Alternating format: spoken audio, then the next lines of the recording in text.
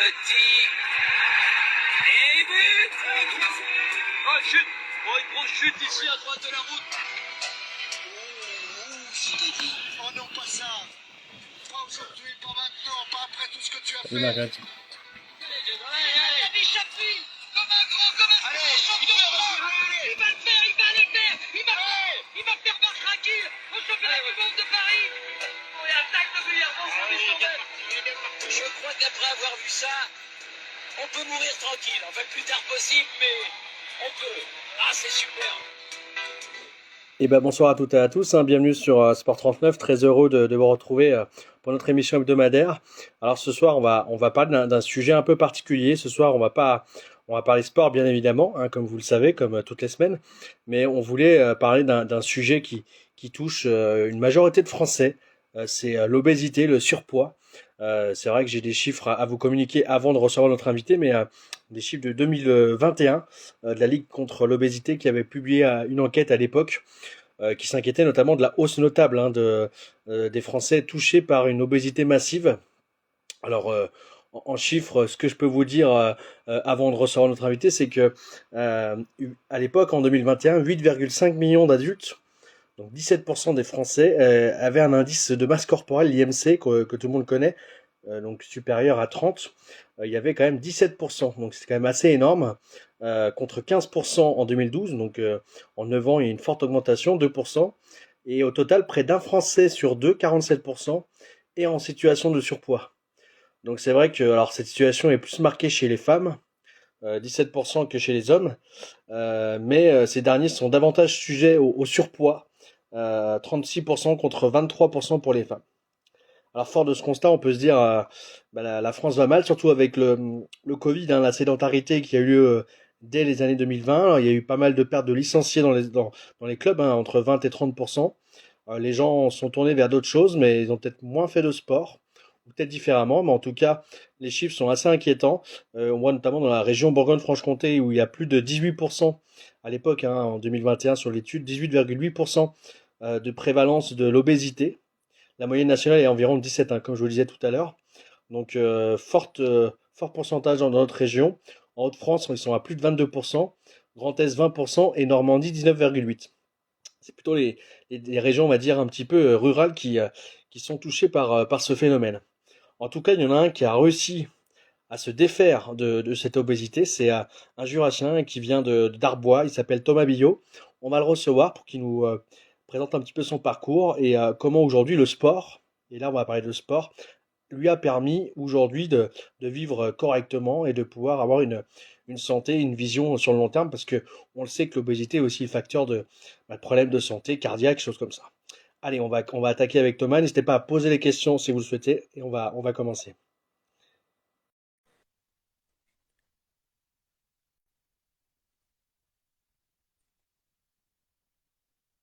Bonsoir Thomas. Bonsoir. Merci beaucoup d'avoir accepté l'invitation sur le média pour nous présenter un petit peu ton parcours. Alors, je ne l'ai pas forcément expliqué en introduction, mais j'ai fait un petit état des lieux un petit peu de l'obésité en France. Je trouvais que c'était intéressant de faire un petit constat, parce que je le disais, c'est quand même un fléau. Malheureusement, aujourd'hui, il y a de plus en plus de gens sédentaires. Mhm. Est-ce que tu peux te présenter un petit peu rapidement ton âge, d'où tu viens, dans le Jura, je crois que c'est Arbois, et puis un petit peu ce que tu fais dans la vie? Bonsoir à tous déjà. Donc je m'appelle Thomas Billot, j'ai 33 ans, papa d'une petite fille de 6 ans. Je viens d'Arbois et effectivement, je suis un ancien obèse. Je pesais il y a 3 ans 147 kilos et aujourd'hui, après une opération de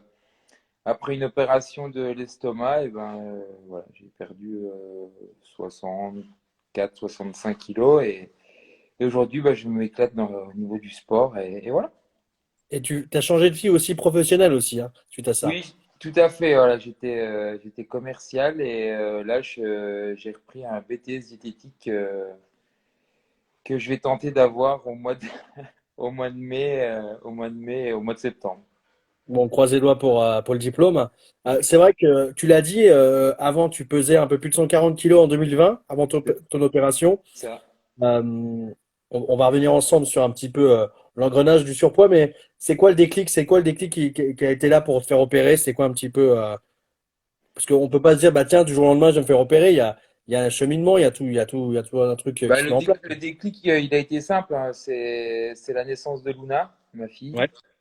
La naissance de Luna et bah, après voilà, les protocoles sont longs parce que c'est pas une opération voilà où tu claques des doigts et tout arrive. Donc le temps de faire les démarches, d'en être sûr, de vraiment vouloir faire ça, voilà, ça a pris, on va dire, bah, du coup, 4 ans après la naissance de Luna. Voilà. Et comment on arrive, alors du coup, c'est un peu une question un peu délicate à poser, mais comment on arrive un petit peu à 140 kilos? C'est quoi un petit peu, parce que des fois dans les surpoids, il y a aussi des problèmes de santé, Mhm. euh, et des fois aussi des gens qui font pas de sport. Toi, c'était quoi un petit peu le constat? Comment t'es arrivé à ce poids-là? Et est-ce que tu faisais un petit peu de sport quand même à l'époque ou pas? Ouais, alors moi j'ai toujours fait du sport, hein. Donc moi bah en fait j'ai toujours été un bon bébé. Après adolescent, on m'a découvert des problèmes de thyroïde Voilà. qu'on fait que j'ai un peu grossi, mais on peut pas mettre vraiment tous les facteurs de l'obésité sur les problèmes de thyroïde, ce serait beaucoup trop simple. Et après il y a eu le divorce de mes parents. Après il y a eu 2009, j'ai eu un grave accident en rallye automobile, donc du coup, bah, pareil, j'ai été un grand moment à l'hôpital. Et puis après, bah, la sédentarité, très clairement, Ouais. voilà, où je faisais presque plus de sport, bon vivant, enfin voilà, jurassien, aime bien boire l'apéro, aime bien sortir avec les copains, aime bien, fait pas forcément attention, et voilà, tout simplement. Et, Puis et du coup, en fait, on prend pas conscience à ce moment-là. T'as pas pris conscience, en fait. Toi, tu te laissais vivre, mais sans peut-être prendre conscience du risque et des dangers de surpoids, non? Ou comment c'était un peu ton état bah, d'esprit? moi, j'ai pas trop pris conscience parce en fait, ça me gênait pas dans la vie quotidienne. Hmm. C'est-à-dire que j'avais toujours plus ou moins vécu avec un surpoids, donc je savais ce que c'était le surpoids. Voilà, je continuais je continuais à faire un peu de vélo, je continuais à jouer un petit peu au handball, enfin, voilà, je continuais à vivre et voilà. Après, il y a des concours de circonstances où tu rencontres des gens qui sont beaucoup plus âgés que toi, qui arrivent à la soixantaine, qui sont en obésité massive, tu te rends compte que bah ils peuvent rien faire. Ils Ouais. sont dépendants de leur femme, ils sont dépendants d'assistants à côté et que moi je me suis dit j'ai pas envie de ça quoi. J'ai envie de pouvoir profiter de Luna, j'ai envie de pouvoir l'emmener se balader, de l'emmener partager plein de choses avec elle. Et c'est là qu'arrive le déclic et où tu te remets aussi en question, quoi. Alors ça, c'était pas forcément prévu la question que je vais te poser, mais le contexte publicitaire aussi influe aussi sur notre manière d'être, d'opérer, d'agir aussi. Aujourd'hui, il y a beaucoup plus de pubs encore pour la nourriture que peut-être encore par le passé. Enfin, on est abreuvé aussi de pubs pour manger, quoi. Et ça, malgré les messages non, mais ça joue aussi. Qu'est-ce que tu en penses? Ouais, ça joue. Aujourd'hui, en suivant le cursus de diète, en ayant fait des stages, et là, je demanderai l'approbation. J'ai vu qu'il y avait Katie qui s'est connectée en même temps, une collègue diète, voilà. En fait, je pense qu'on manque d'éducation. Ouais. Très clairement, pour m'en être rendu compte ouais, durant les stages, en fait, les jeunes, ils savent pas manger.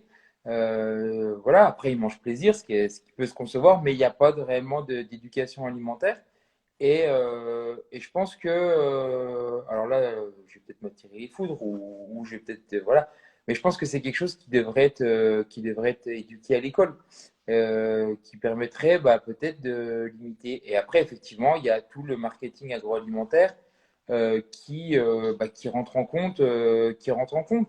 Et effectivement, là, j'arrive de Lons, on lève les yeux, on voit quoi? On voit la pub pour les fast-food du coin, on voit la pub, et c'est la solution de facilité pour tout le monde.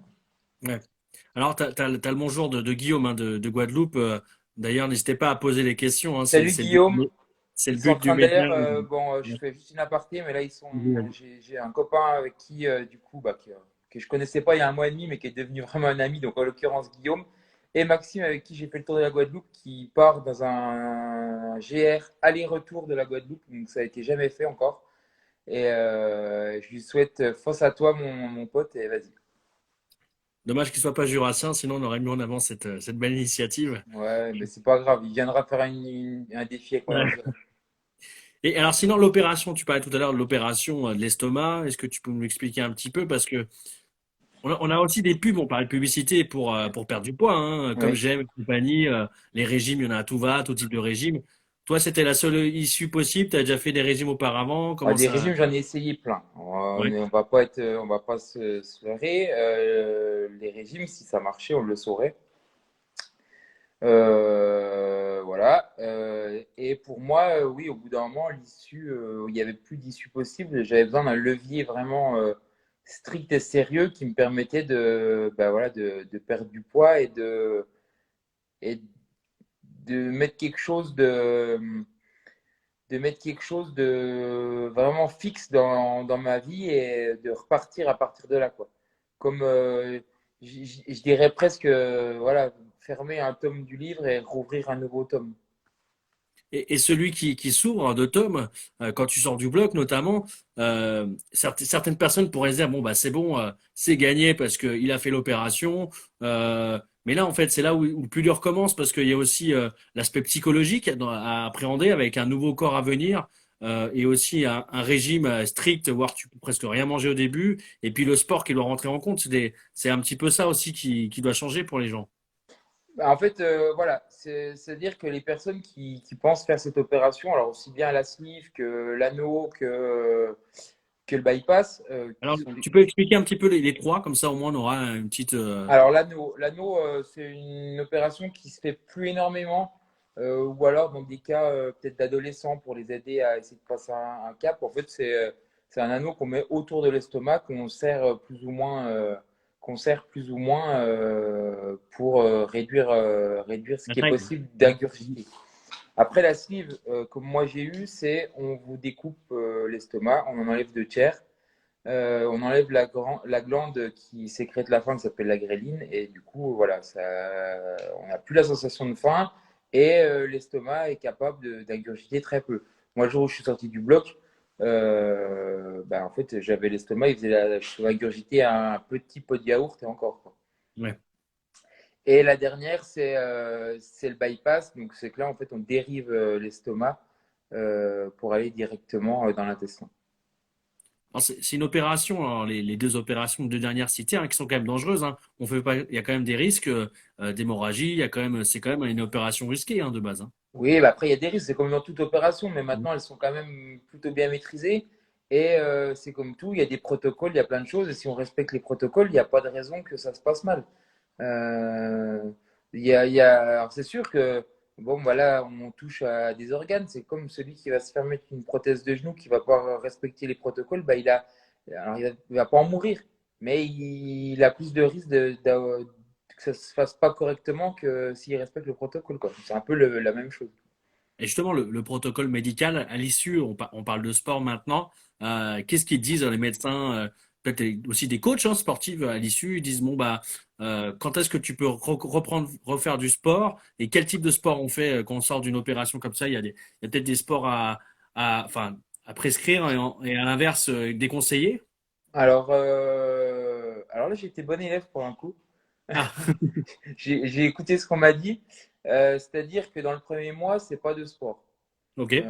Parce que en fait, pour refermer l'estomac, on l'agrafe Mm. et que bah en fait, il faut pas de choc, il faut pas de voilà, faut pas de contraintes particulières.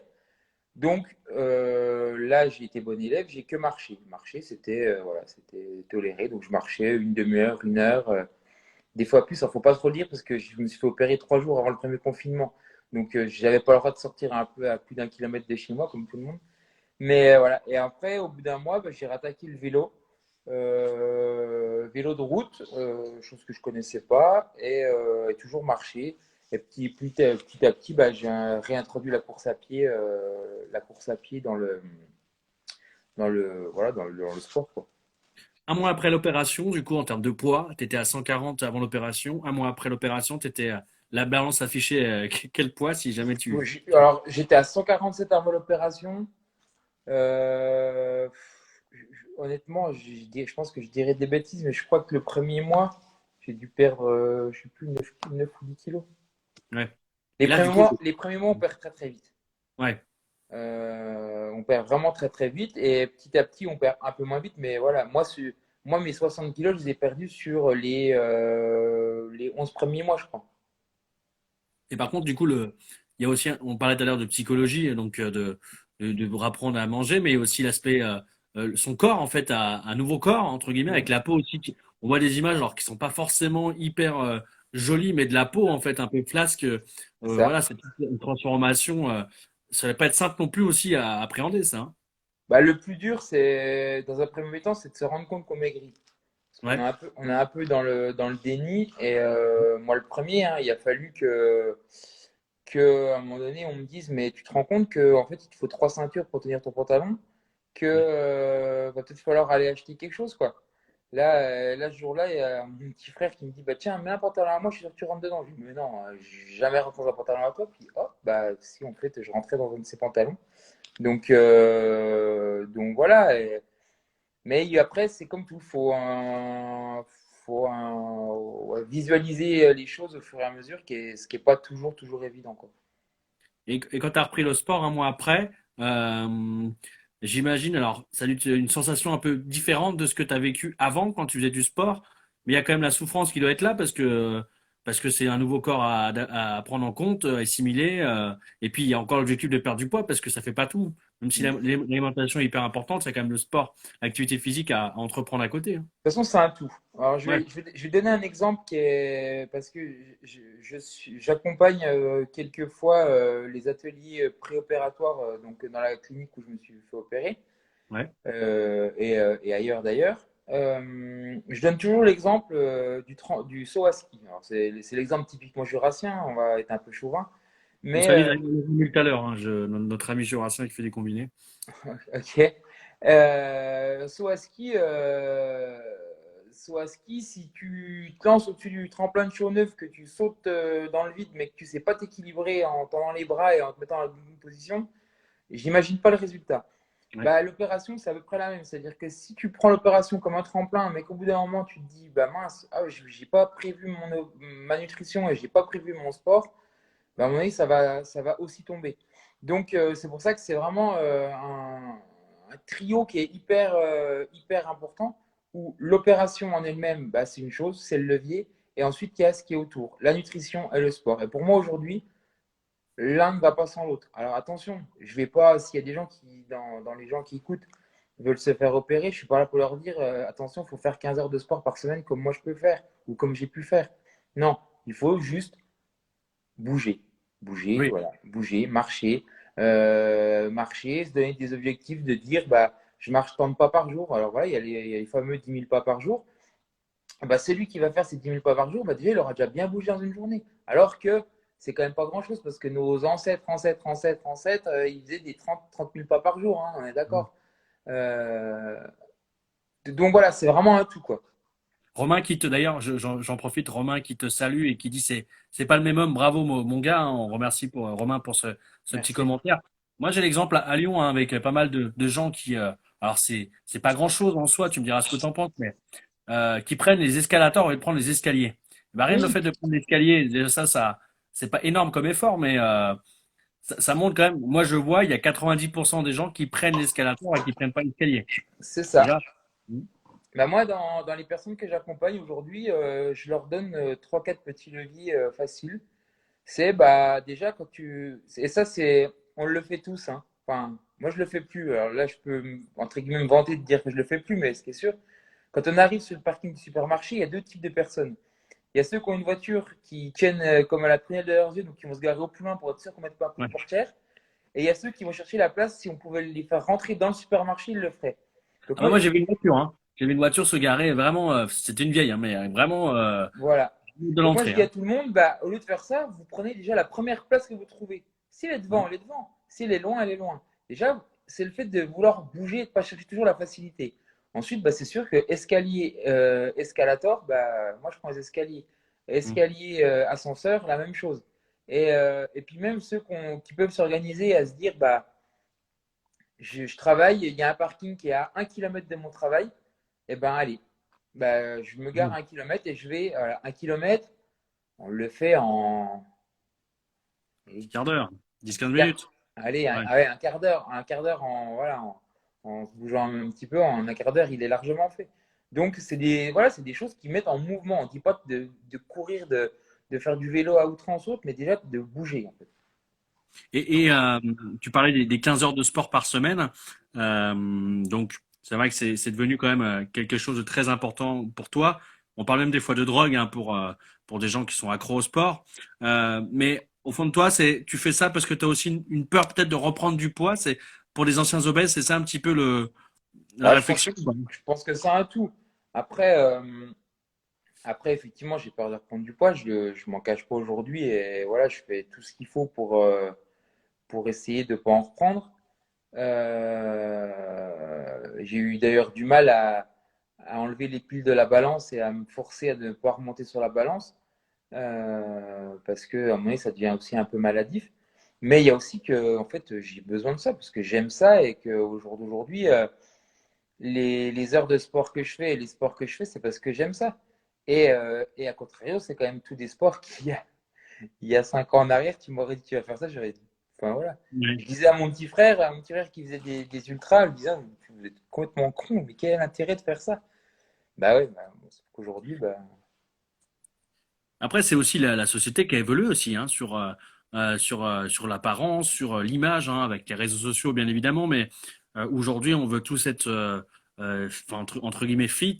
Euh, on en oublie des fois, parfois, on fait du sport pour être fit, mais des fois, certaines personnes, hein, je mets pas tout le monde au même panier, mais ils enlèvent un peu le plaisir de faire du sport.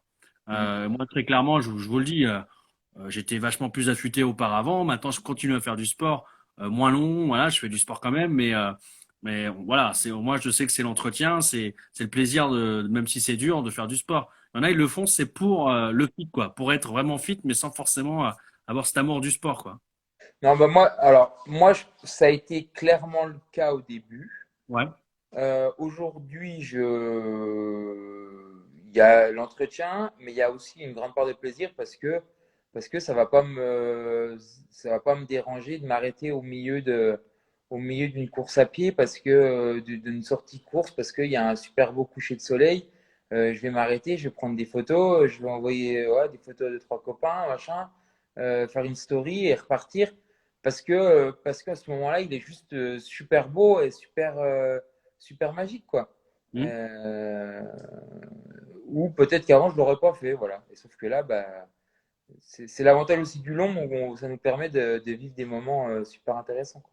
Justement, les moments que tu as vécu, tu parlais tout à l'heure d'ultra pour ton frère, choses comme ça, mais toi, alors, avant de revenir sur ce qui s'est passé le week-end dernier, tu as eu déjà des précédents défis que tu peux nous expliquer un petit peu, c'est quoi un petit peu tes projets que tu as déjà réalisés? Alors, bon, les projets, je suis un peu monsieur coup de tête, moi. Donc, Ah, l'année dernière, donc déjà, le premier projet, premier trail que j'ai fait, je l'ai fait 4 mois après l'opération, 5 mois après l'opération. Trail des Hauts-Forts à Morzine. hmm. Mon père et mon frère étaient inscrits. Puis je regardais un peu, je dis après tout, ils sont capables de le faire, et pas que moi je puisse pas le faire. Puis ça me fera un moment de partager avec eux, donc je me suis inscrit. Quelle Puis distance? Parce que c'est pareil, on a tendance des fois à vouloir trop faire d'un coup. Donc, Eh ben, quelle distance? Quelle distance? C'était le 25 km, je crois, 22 km avec, je sais plus combien il y avait de dénivelé, mais avec quand même, voilà, on a, voilà, il y a un peu de dénivelé, il y a un peu de dénivelé là-bas, sur le coin de Morzine et tout, donc je sais plus combien il y avait de dénivelé, mais bah, je l'ai fini. En plus, j'ai fini avec mon petit frère qui m'a emmené jusqu'au bout, et voilà, c'était vraiment un super moment bah, de partage. Voilà, on avait dû laisser mon père qui n'était pas super en forme un peu avant. Et c'est de là que c'est parti. Et après, j'ai fait un des premiers ultras, c'est à Montreux, où là, je me suis brûlé les ailes parce que j'ai voulu peut-être en faire un peu trop et que j'ai abandonné. Du coup, voilà. Et après, bah, c'est parti de fil en aiguille, un peu plus long, un peu plus long. J'ai fait, après en défi, j'ai fait Gravelman du Mont Blanc. Donc c'est le tour du Mont Blanc en vélo, 300, c'est quoi, 350 km avec quasi 10 000 de dénivelé, qu'on a fait en 23 heures. On a fait, qu'est-ce que j'ai fait? Bah, après, j'ai fait l'UTMJ cette année. Oui, j'ai vu, ouais, ouais, ouais, très bien, Ouais, ouais. voilà, j'ai fait l'UTMJ cette année, et, enfin en 2022. Et en fait, 2023, je suis parti en Guadeloupe. J'ai fait la tranche jurassienne aussi, l'année dernière. La tranche jurassienne et une partie de la GTJ en ski de fond. Voilà, D'accord. j'ai Le fait. rallye, tu mets ça de côté, tu fais plus trop de rallye, demande Ah, Romain aussi. il y en a qui ont vu la photo là-bas derrière. Ah Ouais, ouais. non, non, c'est fini le rallye. Je suis Et, passé à autre chose. Voilà. et ce week-end, alors c'était, je crois que c'était samedi, hein, si je dis pas de bêtises, c'était la journée mondiale ou internationale de l'obésité, c'est Bon, ça? ouais, journée mondiale de l'obésité, c'est ça. Et du coup, les 24 heures que tu as organisées, c'était voilà, c'était une symbolique, c'était, on va dire, comment on peut dire ça, Un chemin de ouais, croix. ouais, non, une nécessité, peut-être une évidence, voilà. Je pense Non, que c'est mais pas une en évidence. fait, ce qui s'est passé, c'est que j'étais en Guadeloupe donc au mois de janvier pour mon BTS. Là-bas, j'ai fait le tour de la Guadeloupe en vélo, voilà, en défi, bah, pareil, des dernières minutes. Puis en discutant, je dis, il faudrait que je fasse un truc pour la journée de l'obésité. Donc, j'ai contacté des personnes que je connais, voilà, qui travaillent dans les réseaux style Repop à Besançon, qui sont la prise en charge de l'obésité infantile. Et savoir s'il y a des choses organisées. Il n'y avait rien d'organisé. Et puis après, bah, j'ai contacté les acteurs locaux contre l'obésité, donc la Beline et puis Pondéry. Pareil, il n'y avait rien d'organisé. J'ai dit, oh, moi, je vais faire quelque chose. Et puis voilà, j'ai dit, bah, je ferai 24 heures de sport pour l'obésité, pour la journée de l'obésité. Donc, j'ai fait un Mm. parcours de 3 km autour de Méné. Je voulais vraiment que ce soit à Méné, soit à Arbois, mais vraiment à Méné parce que je suis né ici et puis que ça me permettait voilà, de marquer un peu ça. Et c'est parti. Puis bah, il y a des fous qui m'ont suivi. Et puis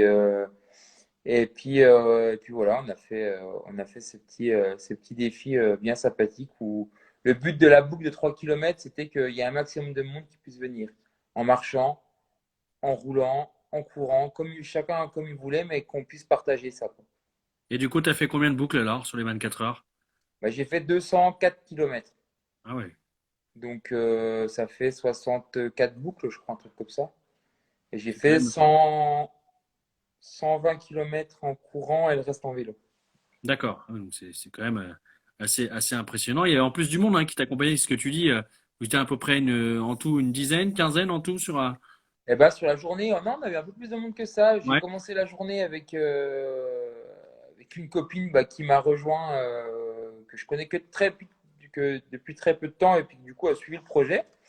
Ça lui a bien plu aussi, donc elle a commencé avec moi. Puis après, au fil du temps, bah, j'ai marché avec certains, j'ai couru, j'ai fait du vélo. Oui, je pense que j'ai eu ouais, une vingtaine de personnes. Et ce qui a été hyper sympa, c'est que le dernier tour, je l'ai fait en symbolique avec les gens du village qui sont revenus à 11h30 le soir pour faire le dernier tour avec moi. Et bah, des gens que je n'avais pas vus depuis 15 ans et qui ont suivi le projet et que ouais, c'était juste génial, quoi. Et justement, ce qui est intéressant,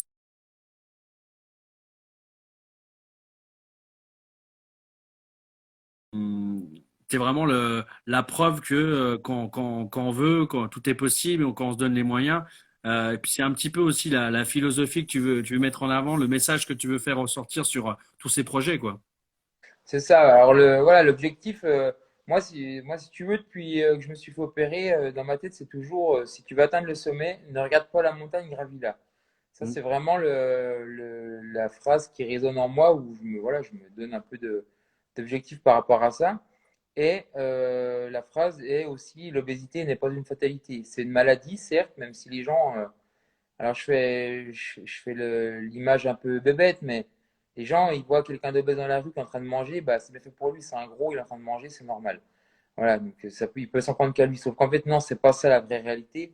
La vraie réalité, c'est que derrière, il y a des pathologies, il y a une maladie qui est dure qui est dur à trouver, qui est souvent psychologique. Donc, il y a vraiment tout un travail à faire. Et le message que je pourrais donner aux personnes qui ne sont pas obèses, c'est ne jugez pas sans savoir également. Mm. Voilà. Donc, il y a vraiment deux messages que je veux donner par rapport à ça. C'est l'obésité, c'est pas une fatalité. On peut tous, à son échelle, essayer d'avancer un petit peu et de faire quelque chose. Et ne jugez pas trop vite parce que vous savez pas réellement ce qu'il y a derrière. Ouais. Et toi, c'est vrai qu'on a parlé pas mal de sport. Est-ce qu'aujourd'hui, avec le recul, avec presque les 3 années après l'opération, est-ce que c'est le sport qui aujourd'hui qui t'a sauvé ou quand même l'opération a quand même joué quand même grandement parce que sans cette opération, est-ce que tu aurais juste avec le sport, est-ce que tu aurais pu quand même voilà atteindre ce poids, avoir cette forme que tu as aujourd'hui? On saura Je ne jamais, sais, tu me dis. je sais pas. Pour moi aujourd'hui, c'est une trilogie qui fait que j'en suis où j'en suis. Voilà. C'est exponentiel. C'est-à-dire que l'un va pas sans l'autre. S'il y a un truc qui s'annule, le reste fonctionne plus. Voilà, tout simplement. Moi, je le prends comme ça. Après, c'est ma vision de la chose et je pense pas trop me tromper. Mais après, voilà. Alors, je vois qu'il nous reste un petit peu de temps, de 3 minutes. Si vous avez des questions, n'hésitez pas à les poser, hein. Il y a encore quelques personnes qui sont présentes. Merci. D'ailleurs, vous pourrez retrouver l'échange hein, sur YouTube. Tu pourras la partager. Tu parlais de défis. On a parlé de ce défi du week-end dernier. Donc, un sacré défi réalisé.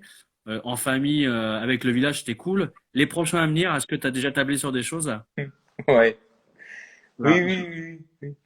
Ouais, j'ai pas, oui, j'ai plein de défis en tête. Après, voilà, faut savoir y aller tranquille. Il y a, bon, bah, le week-end prochain, je fais le trail du fer à cheval à Arbois parce que c'est chez nous, ça passe au-dessus de la maison. C'est pareil, on va courir en famille. Mon frère le fait, mon père fait partie de l'organisation. C'est des copains qui organisent. Moi, je fais aussi un peu partie de l'organisation. Enfin voilà, voilà, c'est le trail de chez nous, donc faut y aller. Et Je serais après, bienvenu. Je le dis, je serais bienvenu, mais je suis pas dans le Jura ce week-end-là, mais je serais ah, bienvenu. do- dommage. Après, 6, 7, 8 mai, un beau défi en perspective. Pour le moment, je veux pas en parler parce qu'il n'y a rien qui est complètement concret. Et voilà, on est en train d'essayer de faire un beau projet. Ça va être un projet, je pense, assez sympa avec, je l'espère, si je trouve matière à faire. Et d'ailleurs, je lance un appel s'il y en a qui veulent nous rejoindre. Je cherche quelqu'un qui fait des vidéos. C'est mon appel du soir. Et voilà, histoire de faire un film qui retransmet tout ça et ça va être cool. Et après au début juillet, je refais Gravelman du Mont Blanc. Donc Mhm. pareil, en version route. Sauf que cette année, je le fais avec Julien. Alors Julien, j'ai vu qu'il était connecté tout à l'heure. Julien Brunet, qui est un ami tétraplégique.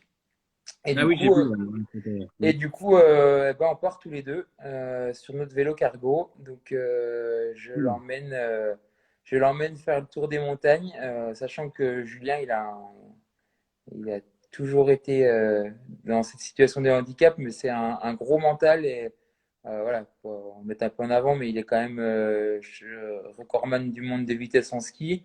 Là, il participe au championnat de France de Sarbacane la semaine prochaine. Il a déjà deux ou trois Ironman à son actif.